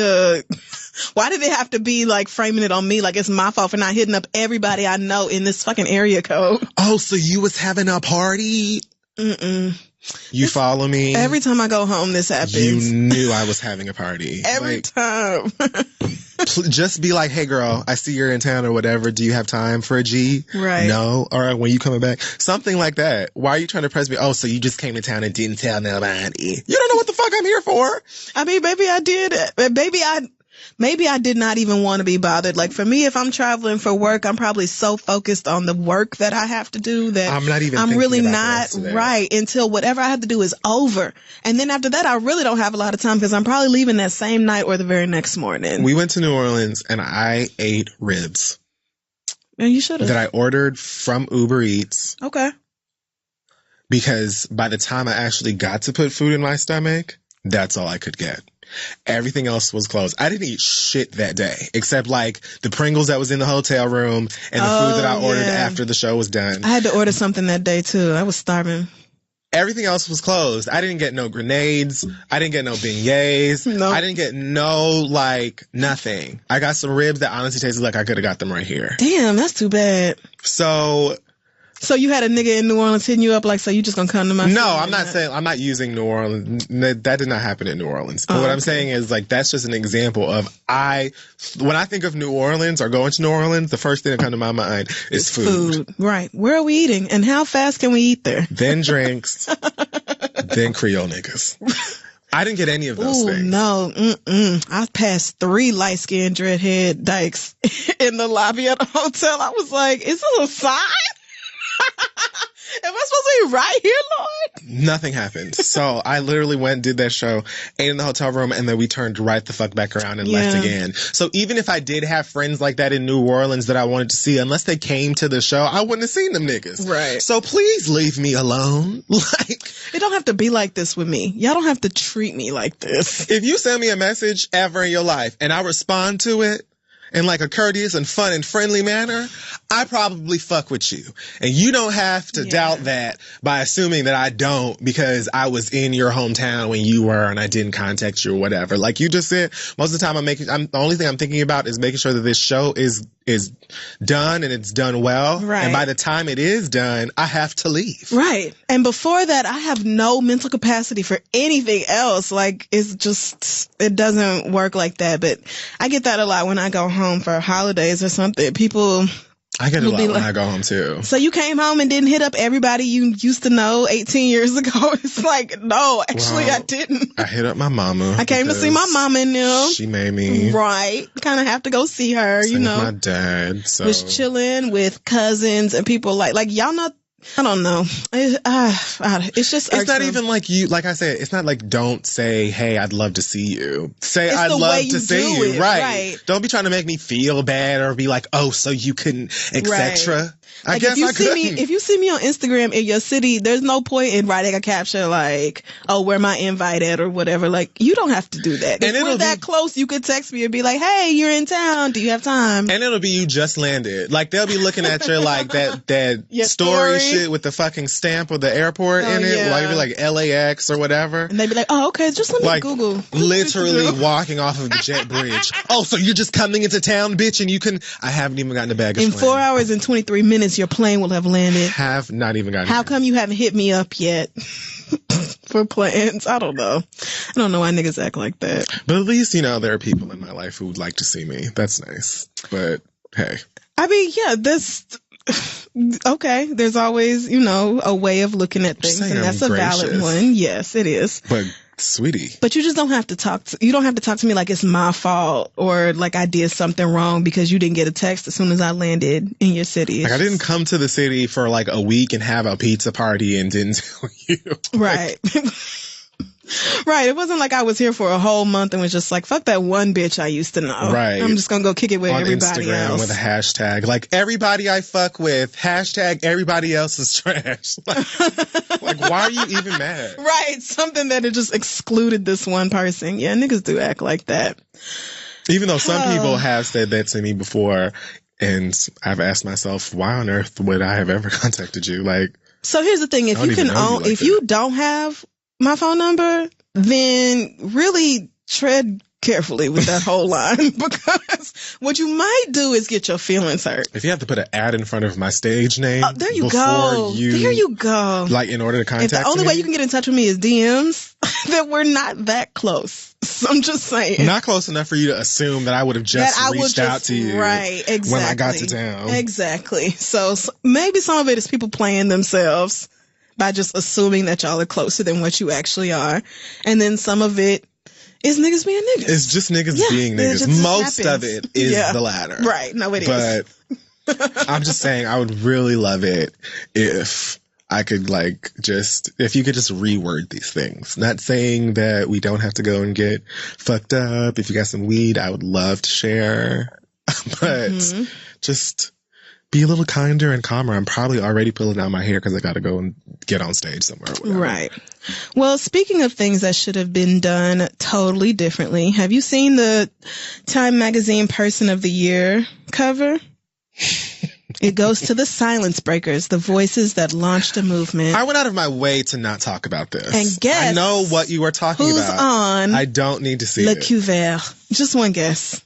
It's everybody's fave. I really didn't want to talk about this. Well, I did because we all know, we mentioned it on the show at least, about Taylor Swift and the story of that DJ who groped her and she sued and all that. And, you know, very nice. And of course, even though Taylor Swift is the literal definition of a demon, she still does not deserve to be assaulted. Right. In that way. And so, of course, you know, if you wanted to maybe make a mention of Taylor Swift and what she did, then fine. I could see her being, you know, included on a list of people who were silence breakers this year and spoke out and said something. But as for Taylor's ass being on the cover of the magazine. That's what I really had an issue with. And yes, I understand that magazines, the purpose is to sell issues. Right. And so, yeah, you put Taylor Swift on it because you want to sell copies. Duh. I get it. And I'm not saying, oh, because it happened to Taylor Swift, it's not a valid experience and Taylor Swift shouldn't be allowed to talk about it, or nobody should celebrate that Taylor did one thing that was not utterly selfish or anything like that. One thing, bitch. You did one Not thing. giving you anything past You that. did one thing. But it's just that I don't appreciate Taylor Swift being framed as like somebody who has been a vocal part of this movement. Right. The whole hashtag Me Too thing, like the lady that I introduced myself as today, Tarana Burke, she actually started the Me Too movement, like, and has a whole nonprofit organization that's been, I think, over 10 years old at this point, you know, trying to help different victims of sexual abuse and sexual assault realize that it's not just them. And, you know, as difficult as it is to talk about being victimized in that way, it's so important for us to do it. And so it would be one thing if Taylor Swift used her massive platform to, like, bring light to the women who actually need it. Like, it would be one thing if she was highlighting all these different Black women and women of color, trans women, gender non-conforming people of all genders, all type of stuff, and like really talking about the ones who need the outreach or need the attention or who need the voice. Like, that would be something else, because Taylor Swift has such a huge ass platform. But what Taylor Swift always does is scoots by. I mean, she literally just skates in the background doing the bare fucking minimum. And white people see Taylor Swift on the edges of being right about something and pluck her ass from all the way in the back and put her up front and gloss her over and be like, this is Me Too, you guys. These are the people of the year. These are the ones who started the conversation. What conversation is there even? People had to ask, why is Taylor Swift on the cover? Because that's how little she actually spent. That's how little time she actually spent talking about what's going on. Not even because I don't like her. I genuinely forgot and was confused as to why she was on the cover. Right. And yet Taylor did, you know, great things, donated money to domestic abuse organizations and all that. Great, great, great. That's not my issue. My issue again is like when there are people who actually said something and lost something. When there are people who, like Kesha, who did that whole thing with her label and back and forth with them niggas and was depressed and suicidal and all that other stuff and everything that was going on with her, it was like, why Taylor? Why Taylor? Why not somebody who actually risked something by speaking out and used their position and their platform to talk about the greater issue, as opposed to Taylor Swift, who literally never does anything like that. Taylor Swift can't even be bothered to be like, I renounce white nationalism. I do not believe in white supremacy. The KKK needs to stop acting like I'm their fucking poster. She won't even do that. She won't even do that shit. And will sue you. And will sue you for saying something about it. That she does. I can't. Man, so I just, this is less about Taylor, because Taylor didn't invite herself to be on the cover. True. But like I said earlier, I would have rather seen Terry Crews, who talks about this sort of thing publicly and is suing Adam Bennett. Shout out to me for getting that wrong last week or whenever it was we talked about it. But Adam's not gay. Apparently he's straight. He has a wife. Oh. He just was on bath salts or whatever the fuck and decided he could grab Terry Crews' dick. I don't know. But apparently he's not gay. He's just... Oh, no, I'm really pissed. He's just a predator. Right. He's just... Not that it wasn't wrong when he was a gay man, but it's like... At least then I thought he was just overwhelmed by how fine Terry Crews was. Like, yes. Like, I can think of many people... Because I get that. Many gay men who might want to grab his dick, although you should not. I want to grab his dick, but I would never... Like, what the fuck is your problem? Right. But at least then I was like, I understand. Terry Crews is fine. Was he doing the large and chocolate? Was he doing and the right and making the titties jump? I was just like, you know, some white gays can't control themselves. But see, that's still not okay. It's not, but I'm saying I could see that. You just I understood right. that, you know, that's a thing you that might some of just these white queens be doing. Overwhelmed with sexual attraction for Terry Crews. Still assumed he was high. But it was just kind of like, okay, this white queen did too much. But no. What the fuck is this problem? This is a straight white man who's awful. I'm like, what the fuck? fuck?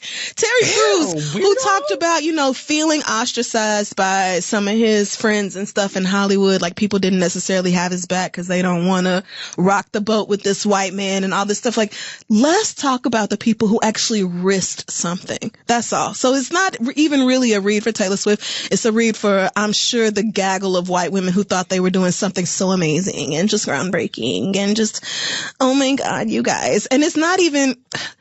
The thing is, within the article, like if you actually go through the time list and you read, the stories of Tanara Burke and a lot of the other people, like there are so many other choices that could have made it onto this cover. And the justification for using Taylor, to me, it just isn't there. Like, I don't think y'all really wanted to highlight the people who started this movement, especially because the follow-up to this whole conversation is that you gave Person of the Year to women, or the people who started the whole conversation, #MeToo and all that. And then you gave Donald Trump first runner-up in the Person of the Year run. And it's like, so you decided to say we're going to put a spotlight on the people who are talking about sexual assault and abuse and then nominate the country's highest official for the Person of the Year award also, and he's a known sexual predator. Like, so y'all don't really give a fuck about this topic is where Time led me to believe. Like, that's what all of this gave me. You don't really give a shit about the conversation. You don't really give a shit about victims. You give a fuck about selling magazines. That's how it feels. And so it's just really shitty and gross. I don't care for it. I certainly won't be buying it. All the Taylor Swift fans. And people were mad at me because I said something about it on Twitter earlier. Like, I would have just rather seen Terry Crews on the cover. And they're like, well, can you take a break for one fucking day? Because Taylor Swift does not deserve the vitriol and the anger and no. See, the thing is, Taylor Swift could have said no. Put not real victims, but put victims who have lost something on the cover.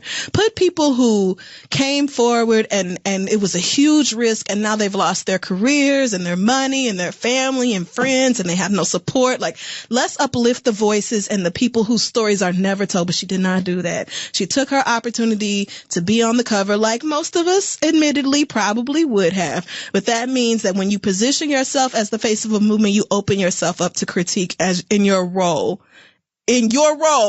whatever the fuck you think Taylor Swift's role is in this movement. Because again, when the fuck has she done anything? What public statement has Taylor made? Like, what?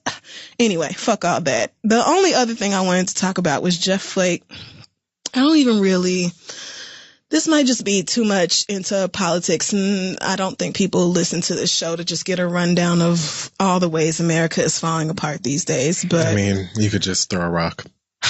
So the whole Senate campaign in Alabama, this Doug Jones versus Roy Moore thing, and white people just refusing to vote for a Democrat and would rather put a child molester in office. I shouldn't laugh. It just doesn't make sense. Ridiculous. But anyway, Jeff Flake has kind of tried to position himself as a Republican with some sense. He's been one of the very few to come out against Donald Trump and say, the very basics of this is garbage. Are we really going to tolerate this? Like, this man's crazy. But then, he was invited to a lunch or something with a bunch of other Republican senators and he went and was right there in the photo op with Donald Trump at the same time. So you take all that with a grain of salt.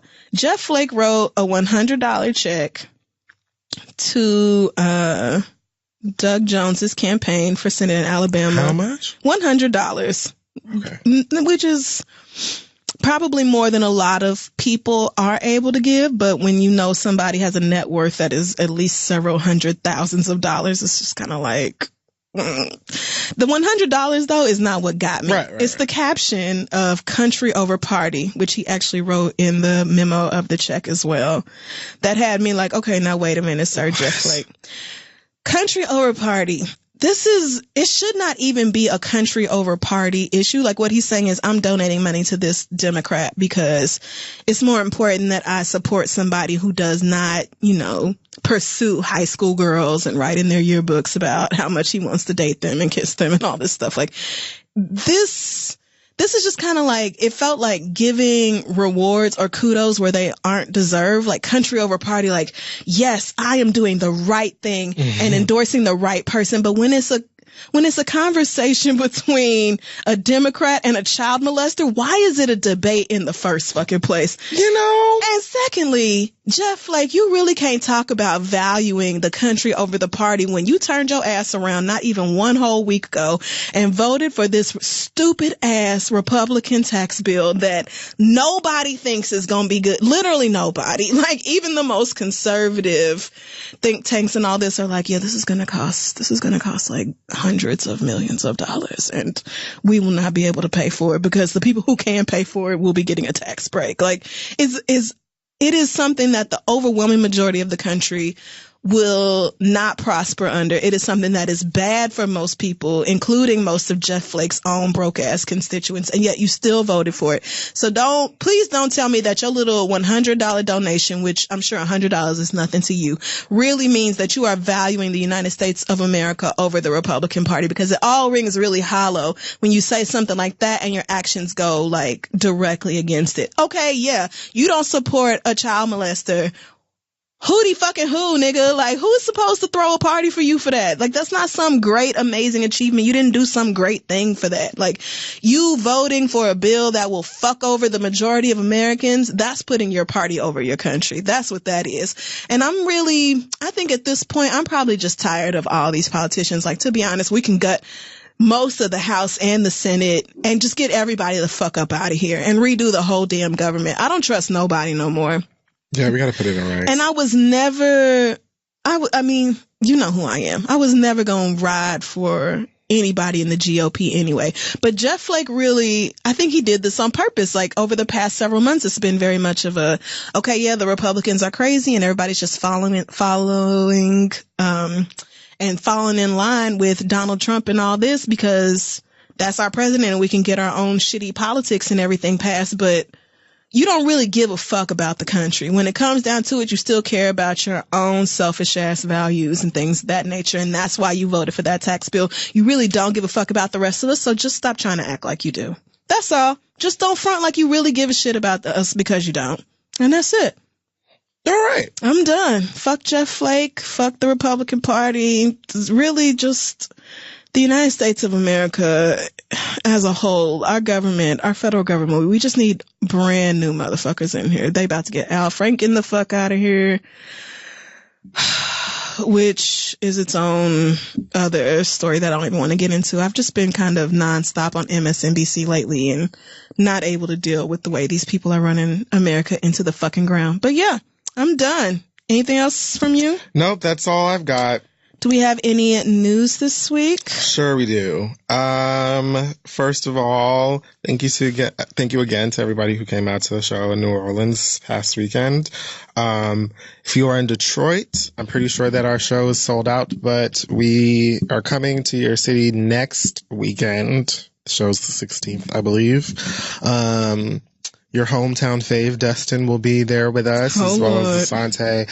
And this coming Saturday, we have a holiday pop-up shop and toy drive that is being held right here in New York City. It will be hosted by Asante, and it will take place from 12 to 5. Again, that's this coming Saturday. The flyer and information is up on the Read Instagram page. This is the Read. All of our merch that you've been seeing will be there on sale. So the Break Up With Him hat, sweater, we've got all that stuff, cups, and we've got tea mugs, coffee mugs, I think is what they're usually called, those cups. And then they've got all kinds of things, pins and stickers, fun things. Socks. So bring a toy with you unwrapped.